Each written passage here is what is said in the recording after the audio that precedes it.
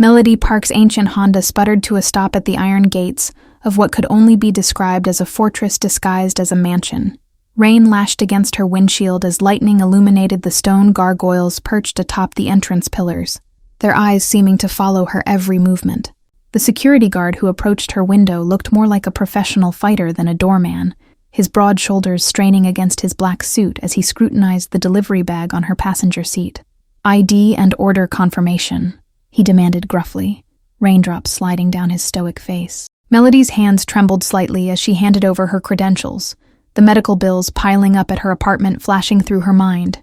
This double shift delivering for Gourmet Now was the only way she could afford her mother's cancer treatments, especially after being laid off from her day job at the community center. The guard's expression shifted almost imperceptibly as he examined her delivery ticket, his eyes darting toward the main house before reluctantly stepping back. "Follow the driveway to the front entrance. Don't deviate. Don't take pictures. Don't linger," he instructed, punching a code into the gate panel.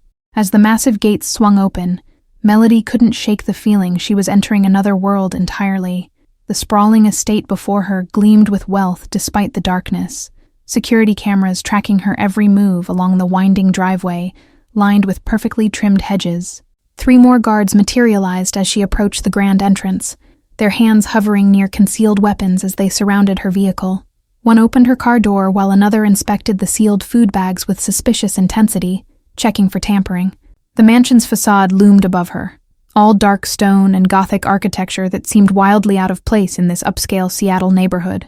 Lightning flashed again, revealing windows that seemed more like watching eyes than architectural features. "Arms out," instructed a female guard with a facial scar, efficiently patting Melody down before nodding toward the massive double doors. "The kitchen entrance is around back, but tonight you'll deliver directly to the main hall due to circumstances." Melody clutched the insulated food bags against her chest like a shield as they escorted her up marble steps slick with rain. The door swung open to reveal an opulent foyer that could have housed her entire apartment building, crystal chandeliers casting rainbow prisms across polished floors. A crash from deeper within the house made all the guards tense simultaneously, hands moving to weapons as shouting echoed through the cavernous space. Melody froze, heart hammering against her ribs as the sounds of destruction grew louder. "Get down!" a deep voice commanded from somewhere nearby, followed by what sounded like expensive porcelain shattering against a wall. The guards exchanged meaningful glances that did nothing to calm Melody's growing panic. The female guard grabbed Melody's arm, her grip firm but not painful. "Stay here, don't move, don't speak unless spoken to," she instructed, her expression revealing nothing as another crash reverberated through the mansion. A man's anguished scream pierced the air, followed by unintelligible words and more breaking objects. "He's been like this for hours," whispered one guard to another, clearly forgetting Melody could hear every word in the echoing foyer. Through the archway ahead, Melody glimpsed a flurry of movement, men in suits attempting to corner someone, furniture overturned, and a tall figure standing apart from the chaos, his silhouette radiating unmistakable authority despite the turmoil surrounding him. "$3,000 for whoever can calm him down," the commanding figure shouted, desperation evident in his voice as something else shattered against the wall. Melody clutched the food bags tighter, rooted to the spot as fear and curiosity waged war within her. The scene that greeted Melody as she was reluctantly ushered forward defied all expectations. A young man, perhaps 19 or 20, was crouched in the corner of a devastated living room. His hands covered his ears while rocking violently back and forth, surrounded by shards of what had once been priceless artifacts. 4 burly men stood at a careful distance, clearly unsure how to proceed as the young man let out another heart-wrenching scream.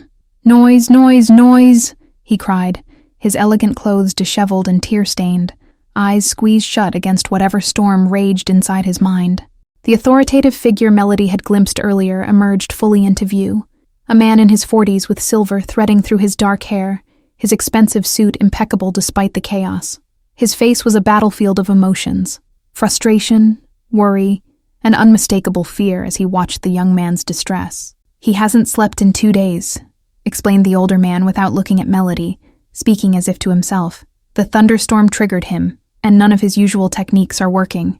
His hands clenched and unclenched at his sides, powerlessness radiating from his tense shoulders. The young man suddenly hurled himself backward, skull nearly connecting with the marble wall, before one of the guards lunged forward to cushion the impact. "Don't touch me!" screamed the young man, recoiling violently and scrambling further into his corner like a wounded animal. A crystal decanter exploded against the floor as the young man's flailing foot connected with a side table, sending liquid amber splashing across imported rugs. The older man winced, though Melody suspected it was his son's distress rather than the destroyed antiques causing his pain. "Where's his medication?" demanded the silver-haired man, desperation edging into his voice as he turned to a woman in scrubs hovering uncertainly near the doorway. Her answer was lost beneath another anguished cry from the young man, whose rocking had intensified to alarming speeds. The food bags in Melody's arms suddenly felt impossibly heavy as understanding dawned. This wasn't a tantrum or drug-induced episode, but a sensory meltdown. The guards' attempts to approach only triggered more distress, their looming presence clearly exacerbating the situation. Without conscious thought, Melody placed the food bags on a nearby console and began removing her rain-soaked jacket and shoes. The guards turned toward her with expressions ranging from confusion to suspicion, but she ignored them, focused entirely on what needed to be done. "What are you doing?" the silver-haired man demanded, stepping between Melody and his son with unmistakable protective intent. His eyes were dark with suspicion and a hint of danger that sent shivers down her spine. "Your son is having a sensory overload," Melody explained softly, keeping her voice calm and even. "The storm, the lights, people touching him, loud voices, everything is too much right now." She gestured toward the blazing chandelier overhead and the multiple bodies crowding the space. The man's eyes narrowed dangerously, his voice dropping to a threatening whisper. "How do you know he's my son? Who sent you here?" His hand moved slightly, and Melody noticed with horror how the guards subtly shifted their stances in response. "Nobody sent me," she replied, struggling to keep her voice steady. "I've worked with autistic children at the community center for years, and my younger brother has similar meltdowns during storms." She nodded toward the young man still rocking in the corner, covering his ears. Recognition flickered across the man's face, followed by the faintest glimmer of hope. "What do you suggest?" he asked after a moment of consideration, his earlier suspicion not entirely gone, but temporarily overshadowed by parental concern. "First, we need fewer people, dimmer lights, and complete silence," Melody instructed, surprised by her own boldness as she addressed the intimidating figure before her. "He's overwhelmed by sensory input right now. We need to reduce it immediately." The silver-haired man, who had curtly introduced himself as Gabriel, studied Melody for several heartbeats before making a swift decision. With a series of hand gestures that required no words, he dismissed all but 2 guards from the room, had the chandelier dimmed to its lowest setting, and silenced the classical music playing faintly in the background. Melody approached Gabriel's son slowly, making her movements deliberate and predictable, as she settled on the floor several feet away from him. Rather than attempting to establish eye contact or physical touch, she simply matched his rocking rhythm, creating a visual connection without invasion. Gabriel watched with barely concealed disbelief as his son's frantic rocking gradually slowed, his screams fading to whimpers as Melody's gentle presence registered in his awareness. The young man's fingers remained pressed against his ears, but his eyes opened briefly to glance at the stranger mirroring his movements. "My name is Melody," she said in a hushed, melodic voice that carried just enough to be heard. "I'm going to sit here with you until the storm passes, Lucas." She had caught his name when one of the guards had attempted to calm him earlier, using it now with deliberate gentleness. Lucas continued rocking, but his movements became less frantic as Melody began humming a simple, repetitive tune, something her brother had always responded to during his worst meltdowns. The vibration seemed to capture Lucas's attention, his breathing slowing incrementally as minutes passed. When Lucas finally dropped his hands from his ears, Melody reached into her pocket and produced a small fidget cube, a prized possession she carried everywhere for her brother's unexpected visits. Without speaking, she placed it halfway between them on the floor, making no move to force it upon him. Lucas's eyes darted between the cube and Melody's face, wariness still evident in his tense posture. "It helps sometimes," she explained softly, demonstrating how the different sides clicked, spun, and glided beneath her fingers before setting it down again between them. Gabriel remained frozen near the doorway, his expression unreadable as he witnessed the gradual transformation happening before him. The guards beside him looked equally stunned, one actually dropping his professional facade enough to let his jaw slacken in disbelief. After what seemed like an eternity, Lucas cautiously reached for the fidget cube, his fingers closing around it with unexpected gentleness. Melody smiled encouragingly, but didn't speak, allowing him the space to explore the object at his own pace without expectations or demands. "The pressure," Lucas whispered suddenly, his first coherent word since Melody had entered the room. His hand moved from the cube to press against his own chest, fingers splayed over his heart in a gesture Melody immediately recognized. Without hesitation, Melody reached for one of the heavy decorative blankets draped over a nearby armchair, holding it up questioningly. "Would you like me to show you how this might help?" she asked, her voice remaining gentle and free of any demand or expectation. Lucas nodded almost imperceptibly, his eyes focused somewhere beyond Melody's shoulder rather than on her face. With slow, deliberate movements, she demonstrated how to roll the blanket into a firm cylinder before placing it beside him rather than on him, offering choice rather than imposing contact. Gabriel took an involuntary step forward as Lucas pulled the blanket across his lap and chest, applying the deep pressure that would help regulate his overwhelmed nervous system. The change was almost immediate. His breathing deepened, shoulders dropping as the tension began to melt away. "You're doing great, Lucas," Melody encouraged softly, still maintaining her distance while remaining a calm, steady presence in the storm of his sensory experience. "The thunder will pass soon, and your body will remember how to feel quiet again." Gabriel's phone vibrated in his pocket, drawing his attention momentarily away from the miracle unfolding before him. The message on the screen would normally have demanded his immediate attention, a threat from a rival family that couldn't be ignored, but for the first time in his dangerous life, the crime lord found himself completely disinterested in business matters. As dawn broke over the mansion, Gabriel sat across from Melody in his private study, the heavy oak desk between them laden with more money than she earned in 3 months. "I want you to work for me," he stated simply, his voice leaving no room for negotiation despite the polite phrasing. "My mother's treatments cost $4,000 a month," Melody replied cautiously, unwilling to reveal how desperately she needed the opportunity he was presenting. Her current 3 jobs barely covered the medical bills, let alone rent and basic necessities. Gabriel's eyes narrowed slightly, assessing her with the calculating precision that had built his empire. $20,000 a month, private suite in the East Wing, comprehensive benefits, he countered smoothly, sliding a contract across the polished surface, starting immediately. Melody's mind reeled at the figure. It was life-changing money, enough to move her mother to a better facility and still have savings. The rational part of her brain screamed warnings about working for a man who clearly operated outside the law, but her heart remembered Lucas's peaceful face as he finally drifted to sleep. "I should tell you more about Lucas," Gabriel said, his expression softening as he glanced toward a silver-framed photo on his desk. "He witnessed his mother's murder when he was 7.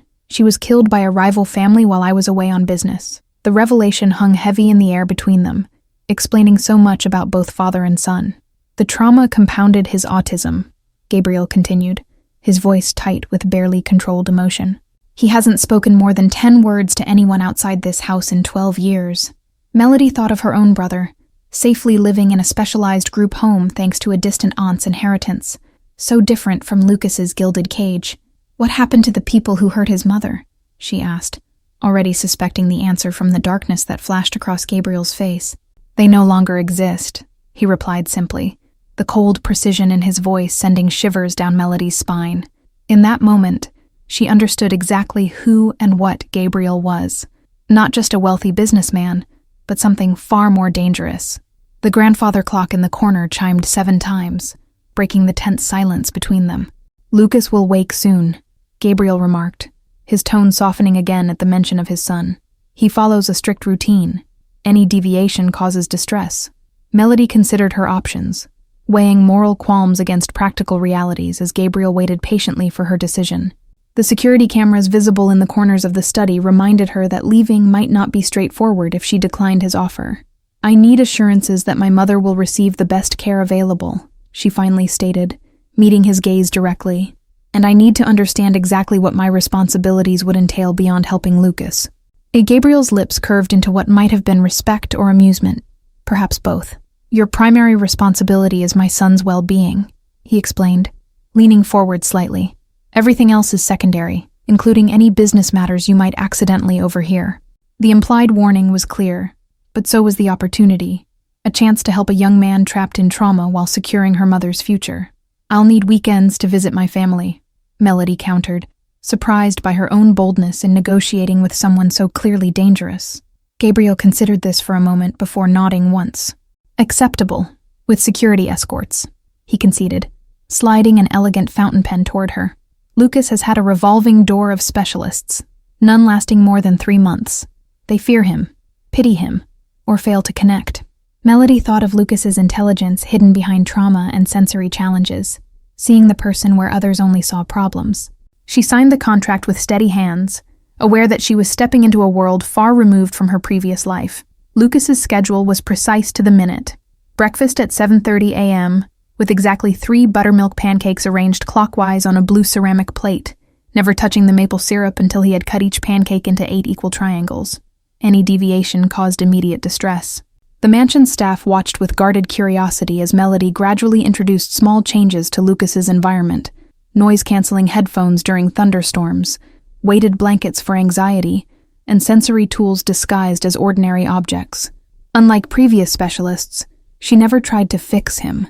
He requested to go to the garden today, Gabriel remarked with poorly concealed astonishment, 3 weeks into Melody's employment, watching through the window as Lucas carefully examined the pattern of a butterfly's wings. He hasn't voluntarily left his wing in over a year.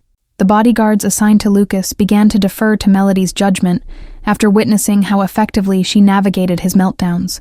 They learned to anticipate potential triggers under her guidance, their initial suspicion transforming into grudging respect as his episodes decreased. Mr. Romano's associates are waiting in the West Parlor, announced Carlo, Gabriel's right-hand man, during a rare moment when Gabriel was playing chess with Lucas on the terrace.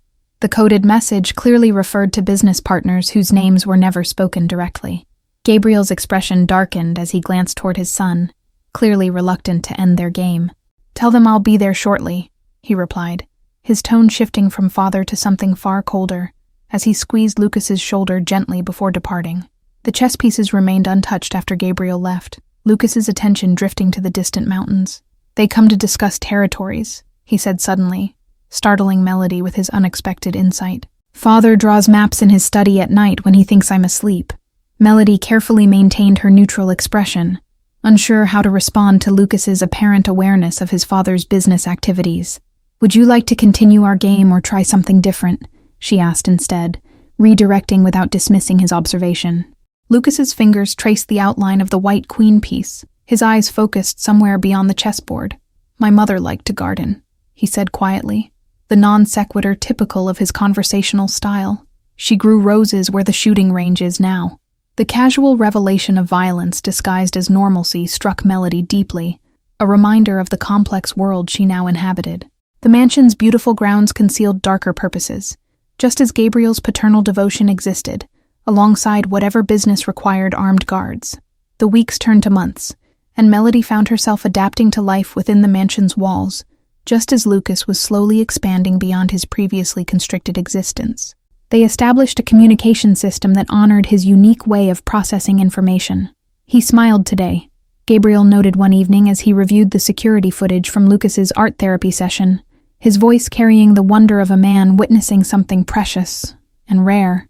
The screen showed Lucas actually laughing as Melody accidentally spilled paint. Gabriel's business associates came to recognize Melody as an extension of the family's protected inner circle, their initial dismissal giving way to careful respect after Gabriel coldly reprimanded a lieutenant who had spoken disrespectfully in her presence. "I've arranged for your mother's transfer to Providence Medical Center's private wing," Gabriel informed Melody after 3 months. "Dr. Layton will oversee her treatment personally. He's the leading oncologist on the West Coast."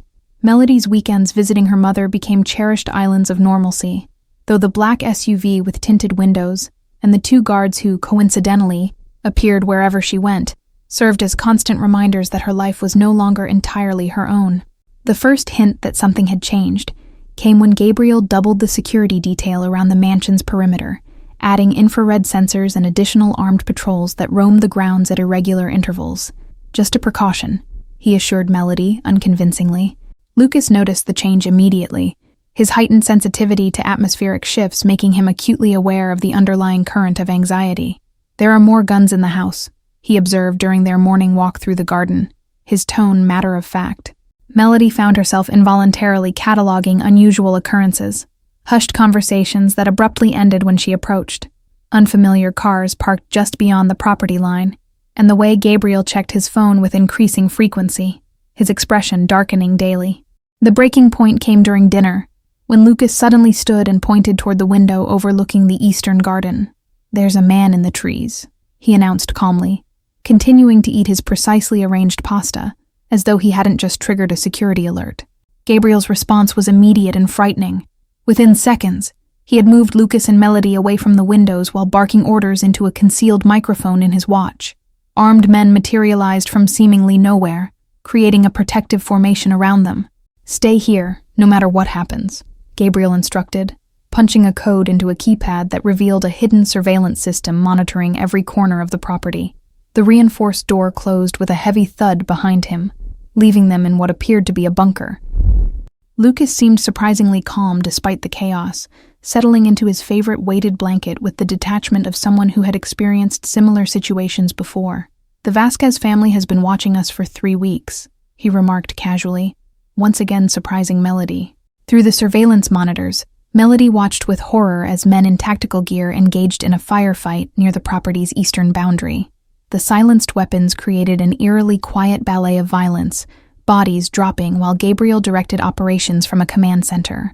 "This happens every few years," Lucas explained, his attention focused on a complex puzzle box rather than the violence unfolding on the screens. "Someone tries to take Father's territory. They disappear, and we get new security protocols." Melody's mind raced as she processed the reality of her situation. She had known Gabriel's business wasn't legitimate, but the scale and organization of what she was witnessing went far beyond what she had imagined. The dedicated father was simultaneously a cold tactician. "You should check the northeast camera," Lucas suggested without looking up from his puzzle, his fingers working the intricate mechanisms with practiced precision. "That's where they always try to breach when the main attack is a distraction." With trembling hands, Melody switched the feed to the suggested camera, gasping as she spotted 3 figures in black tactical gear advancing through a blind spot in the garden's defensive perimeter.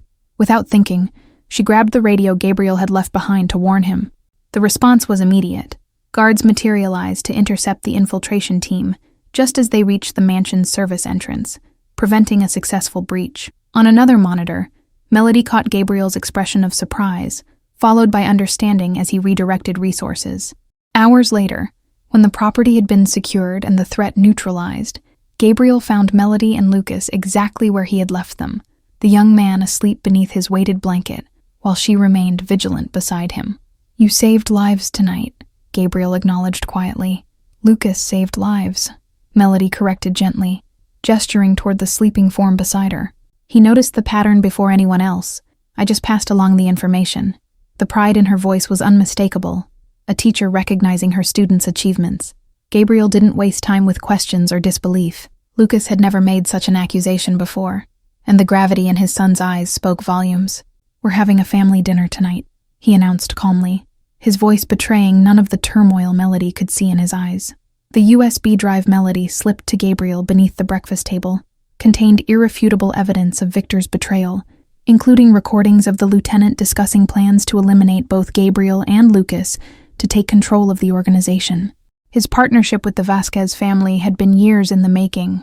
Gabriel's face remained impassive as he reviewed the footage in his private study, his only visible reaction the slight tightening of his jaw as he watched his oldest friend and confidant plotting his murder. 27 years, he murmured, closing the laptop with deceptive gentleness. The preparations were made with terrifying efficiency, Gabriel's loyal security team discreetly replacing staff members suspected of working with Victor while maintaining the appearance of normal operations. Melody was instructed to keep Lucas in his suite, away from the coming confrontation. "You should stay with him," Gabriel told Melody, his eyes softer than she'd ever seen them as he looked toward Lucas's closed door. "Whatever happens tonight, he trusts you more than anyone else in this house, perhaps more than he's ever trusted anyone." The rare display of vulnerability from the normally stoic crime lord caught Melody off guard, forcing her to confront the complex reality of her feelings toward both father and son. She had long since stopped seeing them as employer and charge, instead viewing them as something dangerously close to family. Lucas refused to remain in his room despite Gabriel's instructions, insisting on joining the dinner with uncharacteristic determination. "Victor will only make his move if both of us are present," he explained with unsettling clarity. "He needs to eliminate the entire Castillo line at once." The formal dining room felt like a stage set for a particularly deadly play, crystal glasses reflecting the chandelier light as Gabriel's most trusted lieutenants gathered around the massive oak table.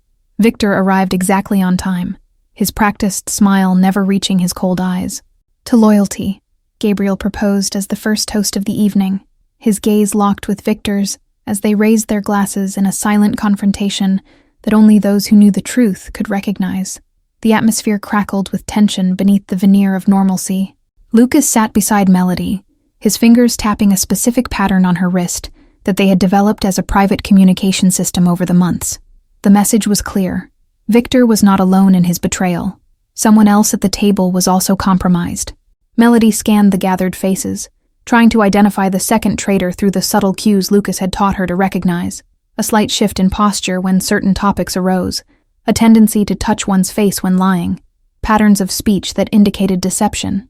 Her eyes landed on Maria, Gabriel's personal assistant who had always been kind to Lucas, noticing how she subtly checked her watch and positioned herself near the door as the main course was served. The realization struck just as Victor made his move, reaching for his concealed weapon. Lucas reacted before anyone else, knocking his water glass into Victor's lap, with seemingly clumsy movements that effectively disrupted the lieutenant's attempt to draw his weapon. The momentary distraction gave Gabriel's security team the seconds they needed to neutralize the immediate threat. In the ensuing chaos, Melody grabbed Lucas and pulled him beneath the heavy oak table as gunfire erupted across the dining room. Maria had produced a weapon of her own, confirming Lucas's suspicion of a second betrayal as she fired at Gabriel before being tackled by loyal guards. "Stay down," Melody whispered urgently, shielding Lucas with her body as the sounds of struggle continued above them. The dinner party transformed into a battlefield that would determine the future of the Castillo Empire. For the first time, her protection of Lucas felt more personal than professional. The gunfire lasted less than 30 seconds, but to Melody it seemed like hours as she held Lucas beneath the table, her heart pounding so loudly she was certain it would give away their position. The young man remained eerily calm in her arms, his breathing steady despite the chaos. When silence finally fell, Gabriel's voice cut through the stillness, calling for Lucas with uncharacteristic emotion breaking through his usually controlled tone. "We're here," Melody responded, carefully guiding Lucas from their hiding place to face the aftermath of violence. The dining room resembled a war zone, overturned furniture, shattered crystal, and dark stains spreading across the imported carpet where Victor and 2 other traitors had fallen. Gabriel stood amidst the destruction, a bleeding gash across his forehead but otherwise unharmed. Maria escaped through the service entrance, one of the remaining guards reported, pressing a cloth to a bullet wound in his shoulder. She took Franco and Domingo with her. They were all working for the Vasquez family. Gabriel's expression hardened into something Melody had never witnessed before. Not the controlled anger she had occasionally glimpsed, but a cold, merciless fury that transformed him into someone unrecognizable. "Find them," he ordered quietly. "No one betrays my family and lives." Lucas moved through the chaos with unexpected purpose, kneeling beside one of the injured guards to apply pressure to a bleeding wound with mechanical precision. "Femoral artery," he stated matter-of-factly. "He needs a tourniquet immediately or he'll bleed out in 3.7 minutes. Melody rushed to assist, tearing a tablecloth into strips as Lucas directed her with surprising authority, his encyclopedic knowledge of human anatomy, guiding them through emergency first aid that saved the guard's life before medical help could arrive. His hands remained perfectly steady throughout. "Where did you learn to do that?" Gabriel asked his son later, after the wounded had been taken to their private medical facility and the cleanup crew had begun erasing evidence of the confrontation. Wonder and regret mingled in his expression as he looked at Lucas with new eyes. "YouTube videos and medical textbooks," Lucas replied simply, his fingers fidgeting with a loose thread on his sleeve. "I've watched 342 trauma surgery videos since Mother died. I wanted to know how to stop people from bleeding when they get shot." The innocent explanation carried heartbreaking implications. A child processing his mother's violent death by obsessively studying how to prevent such outcomes, preparing for a future where he might save others from similar fates. Gabriel's composure fractured visibly at the revelation. The mansion's advanced security system suddenly flickered, plunging sections of the property into momentary darkness before the backup generators engaged. They're targeting the power grid, Gabriel realized, his tactical mind immediately assessing the implication of such a sophisticated approach from their enemies. Lucas moved to the security console with unexpected confidence, his fingers flying across the keyboard to activate redundant systems even Gabriel hadn't known existed. "I reconfigured the mansion's defense protocols last month," he explained matter-of-factly, bringing up camera feeds from blind spots that shouldn't have been monitored. Melody watched in astonishment as Lucas's modifications revealed 3 separate infiltration teams already breaching the outer perimeter, using routes that would have been invisible to the standard security system. The young man who struggled with basic social interaction had secretly created a defensive masterpiece that might now save all their lives.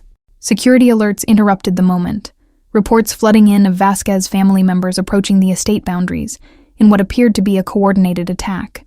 With their inside informants exposed, the rival family had abandoned subtlety in favor of overwhelming force. "Get Lucas to the panic room," Gabriel instructed Melody, already moving toward his private armory as alarms blared throughout the mansion. "Emergency Protocol Delta. If I don't return within 6 hours, the helicopter on the east pad will take you both to the safe house in Vancouver." Lucas refused to move, his usually compliant behavior replaced by unexpected defiance. "They'll breach the south wall first because the rainwater drainage system creates a structural weakness," he announced with absolute certainty. "But they don't know about the underground tunnels Father built last year." Gabriel froze, turning to stare at his son with newfound understanding dawning across his features. The tactical assessment was professional level, revealing how much Lucas had absorbed simply by watching and listening over the years, cataloging information others assumed he couldn't comprehend. "The tunnels lead to the boathouse," Lucas continued, already moving toward the hidden entrance behind the fireplace in Gabriel's study. "We can flank them from the water approach while they focus on the main gates. They'll never expect a counterattack from that direction." The plan was both brilliant and terrifying, not just because of its tactical soundness, but because it came from Lucas, who had never before demonstrated such strategic thinking or willingness to engage directly with his father's dangerous world. Melody saw both pride and fear battle in Gabriel's eyes. The Vasquez family's attack failed spectacularly, their forces caught in the unexpected pincer movement Lucas had orchestrated using his father's resources and his own uncanny understanding of tactical weaknesses. By dawn, the rival organization had been decimated, their leadership captured or eliminated.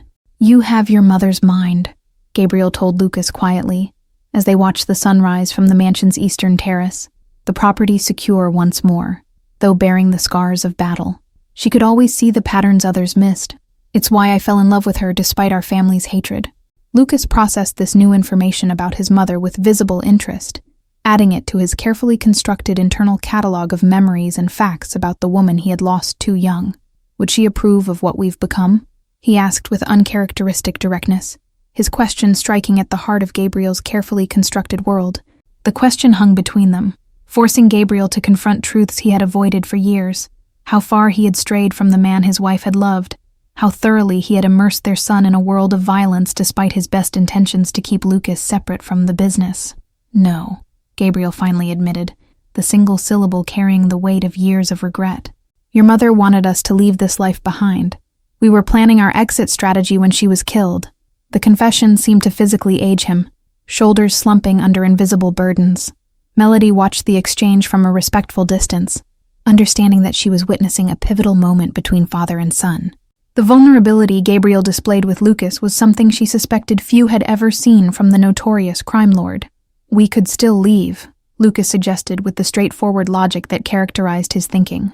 "The Vasquez family is gone.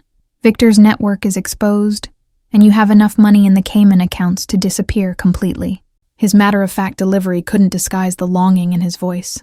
Gabriel's expression shifted through multiple emotions: surprise at Lucas's knowledge of the offshore accounts, consideration of the possibility he'd long abandoned, and finally, a tentative hope that Melody had never before seen on his face. "It would mean starting over completely," he cautioned. "I want to study marine biology," Lucas announced unexpectedly, pulling up images of ocean ecosystems on his tablet. "The coral reefs in Australia have 1,625 species of fish, and I've memorized 1,342 of them already." His eyes shone with genuine passion that transcended his usual factual recitations. Gabriel's face softened with a poignant mixture of joy and regret. In all their years together, he had never known his son harbored dreams beyond the gilded cage he'd built to protect him. The Great Barrier Reef is certainly an option, he conceded, adding another potential location to their escape plan. Melody felt a rush of emotion as she watched this transformation unfold before her eyes. The feared mafia boss and his remarkable son, planning a future centered around university research and coral reefs rather than territory disputes and rival families. The simple humanity of their discussion struck her more powerfully than any of the violence they'd survived together. "I've compiled a comprehensive exit strategy," Lucas continued, producing a tablet from his ever-present backpack and displaying a meticulously organized flowchart. "New identities, asset transfers through untraceable channels, property acquisitions in 5 potential locations, all with suitable medical facilities for Mom." The casual inclusion of Melody's mother in his plans stopped her heart momentarily, the implication clear. In Lucas's mind, she was coming with them if they left. More surprising was Gabriel's lack of objection, his eyes meeting hers briefly with an unspoken question that made her pulse quicken. "I also factored in requirements for continuing Melody's education," Lucas added, scrolling to a detailed analysis of university programs and their potential new locations. "The University of British Columbia has excellent psychology programs, and their campus accommodations for neurodivergent students are exceptional." 3 months later, Gabriel Williams and his son Lucas were established residents of a coastal property outside Vancouver, their past identities buried along with the Castillo crime empire that Gabriel had dismantled from within before disappearing. The transition had been seamless, orchestrated with the same precision that had once made Gabriel a feared criminal leader. Melody's mother occupied the guest cottage on the property. Her cancer in remission, under the continued care of specialists Gabriel had ensured would follow them to their new life. The woman who had once worried about affording basic treatments now spent her days tending a garden that rivaled the mansion's, but lacked its darker purpose. Lucas flourished in their new environment, enrolled in university courses that challenged his brilliant mind, while working with a therapist who specialized in trauma and autism. His progress accelerated without the constant undercurrent of danger that had characterized their previous life. Gabriel's transformation was perhaps the most remarkable. The former crime lord channeled his organizational skills and financial acumen into legitimate business ventures, his protective instincts finding healthier expression in philanthropy, focused on helping families affected by violence. The dangerous edge that had once defined him softened, though never completely disappeared. Melody found herself in an unexpected role, neither employee nor outsider, but something far more significant to both father and son. When Gabriel finally found the courage to acknowledge the feelings that had been growing between them, it felt less like a revelation, and more like the natural conclusion to a story that had begun with a simple food delivery on a stormy night. Thank you all for following this story to its end. If you've enjoyed it, please write in the comments where you're watching from, and don't forget to like, subscribe, and share this video, as your support is essential for me to continue creating content here.